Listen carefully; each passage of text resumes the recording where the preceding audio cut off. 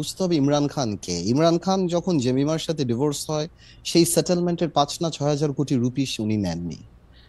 আপনার the difference between Imran Khan and Tendulkar is, Tendulkar তার ফেমকে ইউজ করছে নুডলস এর অ্যাডভার্টিজমেন্ট করার জন্য, আর Imran Khan has realized it that this is for the betterment of the people. আল্লাহ তাআলা যে আপনাকে একটা ফেম দেয়, আপনাকে যে টাকা দেয়, আপনি টাকা দিয়ে মদের দোকানও করতে পারেন, মাদ্রাসাও করতে পারেন, স্কুলও করতে পারেন, ওষুধের ফ্যাক্টরিও করতে পারেন। So Imran Khan is a person who realized, এবং তার প্রত্যেক কথায় আল্লাহর কথা। আমি যেটা বিশ্বাস করি, আমি আমার জায়গা থেকে বলছি, হয়তো এই কথা অনেকে বলছেন, যে আল্লাহর কথা, নবীর কথা, রসুলের কথা, খলিফাদের কথা, ওনার যে লাইফস্টাইল, উনি, এবং আমি মনে করি এটা একটা স্পিরিচুয়ালিটি আসে, এখানে একটা ডিভাইন ব্যাপার আসে, যার কারণে ইমরান খান এই মুহূর্তে, যদি আপনি পৃথিবীতে মানে অরিজিনালি প্রাইম মিনিস্টার আর লিডারদের কথা বলেন না, এই মুহূর্তে পৃথিবীর সবচেয়ে জনপ্রিয় ব্যক্তি যদি আপনি ধরেন, তাহলে ইমরান খান। এবং সবাইকে মিলিয়ে যদি আপনি কারেক্ট। রাজনৈতিক নেতা যদি হিমালয় হয়, তার চেয়ে 10 ফিট উপরে ইমরান খান। সো ইমরান খানের ব্যাপারটা, পাকিস্তানের প্রাইম মিনিস্টার হোক আর না হোক, টু সাম পিপল সে জিন্নার চেয়ে উপরে উঠে গিয়েছে। So the sacrifice he made, the fighting he did, and he's not very political, দেখেন ওর কোনো সেকেন্ড ম্যানের নাম কিন্তু আপনি জানেন না। সো ইনস্টিটিউশন কিন্তু সে বানাতে পারে নাই। তেহরিক ইনসাফের চেয়ে বড় সে। অনেকে ইমরান খানকে চিনে, তেহরিক ইনসাফকে চিনে না। সো আপনি যদি টিপিক্যাল পলিটিশিয়ানের কথা বলেন, তাহলে কোনো ওই সংগঠন উনি বানাতে পারেননি, কিন্তু ওনার personality so larger than life. উনি যেভাবে একটা একটা ধরনের লাইফস্টাইল থেকে, উনি ওনার ওনার মার নামে হসপিটাল থেকে আরম্ভ শওকত করে, খানম, হ্যাঁ, এবং শওকত খান থেকে, এবং উনি ওনার জীবন, ওনার নিজেকে যেভাবে পরিবর্তন করে আসছে, এবং উনি যেভাবে ইসলামকে, ইউনাইটেড নেশনে ইসলামকে, জঙ্গি ডেফিনেশনকে, এবং নবী করিম সাল্লাল্লাহু আলাইহি ওয়াসাল্লাম that lives in our heart, এবং when you say something about that, it touches the heart. Well, when ওনার এই কথা touched the billions of Muslims, millions of all over the world, so he became a global leader. So Imran খানকে পাকিস্তানের prime minister হতে পারলো, army support করলো, জেলে থাকলো, না বেরোলো, আমার মনে হয় এটা ইমরান খানের জন্য জাস্টিস হবে না। জনাব Imran Khan is a shining star. Adilur পাত্র, এটা মানে দুটি প্রশ্ন। একটা হচ্ছে যে বাংলাদেশে আপনি ইমরান খানের যেরকম ব্যক্তিত্বের কথা বললেন, এরকম একটা ব্যক্তিত্বের অভাব কি দেখেন, যে এরকম একজন নাই বাংলাদেশে?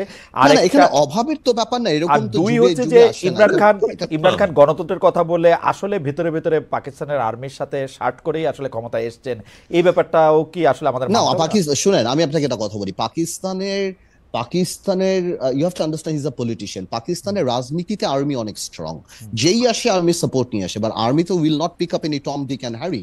যখন নওয়াজ শরীফ আর বেনজির ভুট্টো পপুলারিটি অনেক পড়ে যাচ্ছিল, পাকিস্তান ওয়াজ নোওয়্যার, এবং অ্যাকচুয়ালি পাকিস্তানের মতো করাপ্টেড কান্ট্রি রিয়েলাইজ দ্যাট এখানে করাপশন থামতে হবে, তখন দে সাপোর্টেড ইমরান খান। ইমরান খান প্রথম নির্বাচনে 1টা সিট পেয়েছে, তারপর 2টা নির্বাচন করেনি, তারপর 30টা পেয়েছে, তারপর উনি ক্ষমতায় আসছে, বা ব্যাকড বাই আর্মি বা হোয়াট এভার হয়েছে। বাট আমি মনে করি Imran Khan is larger than life. আপনি হয়তো বলতে পারেন, আমি big fan of Imran Khan, there is no other way, যে কেন হব না, বাট আমি মনে করি লিডারশিপের উপরে অন্য জায়গায় উনি পরিষ্কার।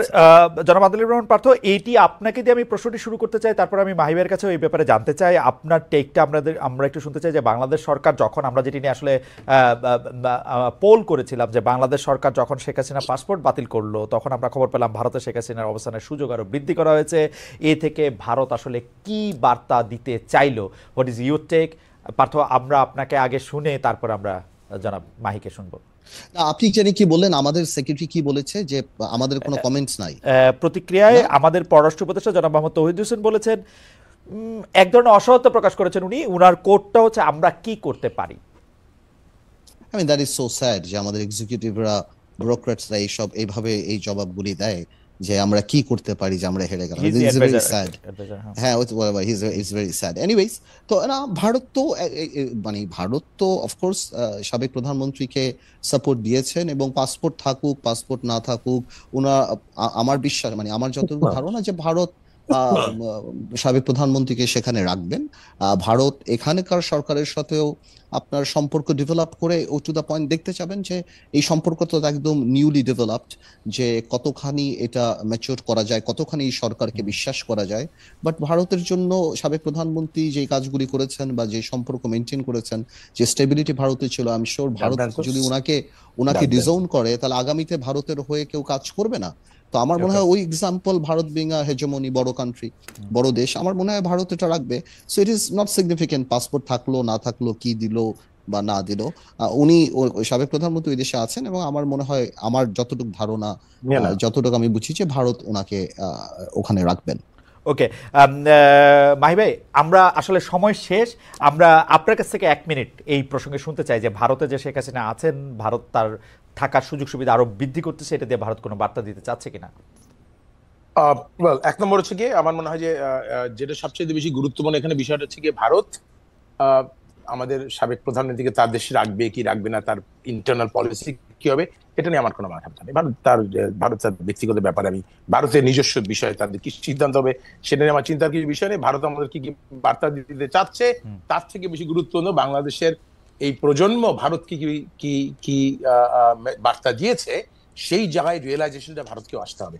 আপনাকে বুঝতে হবে যে আমাদের আজকের এই যে প্রজন্ম, আমাদের নেতৃত্বে যারাই থাকুক না কেন, রাজনীতিতে যারা আছে অথবা থাকুক না কেন, বাংলাদেশের 75% অফ দ্য পপুলেশন যাদের জন্ম হচ্ছে বাংলাদেশের স্বাধীনতার পর, including you mister Khaled Mohiuddin এবং পার্থ, আমার বরং স্বাধীনতার কয়েক মাস আগে, আর বুদ্ধি হতে হতে আমি কিন্তু বাংলাদেশ ছাড়া আর কিছু চিনি। এই প্রজন্ম সারা জীবন একটা স্বাধীন সার্বভৌম রাষ্ট্রে জন্মগ্রহণ করেছে, স্বাধীন চেতা প্রজন্ম, এবং তাদের মধ্যে কোনো দাস মনোবৃত্তি নাই।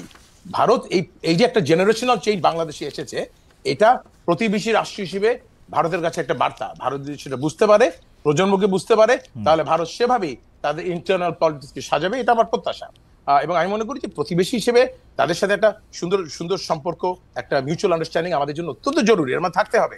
বাট লেট আস আন্ডারস্ট্যান্ড যে ভারত এই ডিরাইলটার মধ্যে মানে এখনো আছে। হঠাৎ করে বাংলাদেশ এরকম হয়ে গেল, অনেক গভীর আলোচনা হয়। সেই আলোচনা যদি আপনি আপনার রেকর্ডে করতে পারতেন, তাহলে সেটা যে কি হতো আমি জানি না আসলে। হ্যাঁ, বিকজ সেখানে আমাদের সত্যিকারের সত্যানুসন্ধান, আমাদের মনের কথা, আমরা আসলে কি চাই সেগুলো জানে। পার্থ বারবার যে বলছে যে মাহি ভাই জানে, ইট ইজ কারেক্ট। আমি জানি পার্থকে, এটা কিন্তু সত্য যে পার্থর তার নিজের দিক থেকে বলেন, তার শ্বশুর বাড়ির দিক থেকে বলেন, এই ফ্যামিলির সাথে একটা পরিচয় রয়েছে, এবং এই পরিচয়টা কিন্তু সে অস্বীকার করতে পারে না। তার এই পরিচয়ের ভিতর দিয়ে তাকে যে রাজনীতিটা করতে হয়েছে, তাকে কি ফেস করতে হয়, এটা কিন্তু মানুষ জানে না। It is people don't understand that. এটাকে ফেস করে কিন্তু পার্থ বারবার রাজনীতিটা করেছে, প্রতিবাদ করেছে, মুখর হয়েছে প্রতিবাদে, আবার তারপর তার পরিবার, তার ঘর, তার শ্বশুর বাড়ি সামালও দিতে হয়েছে।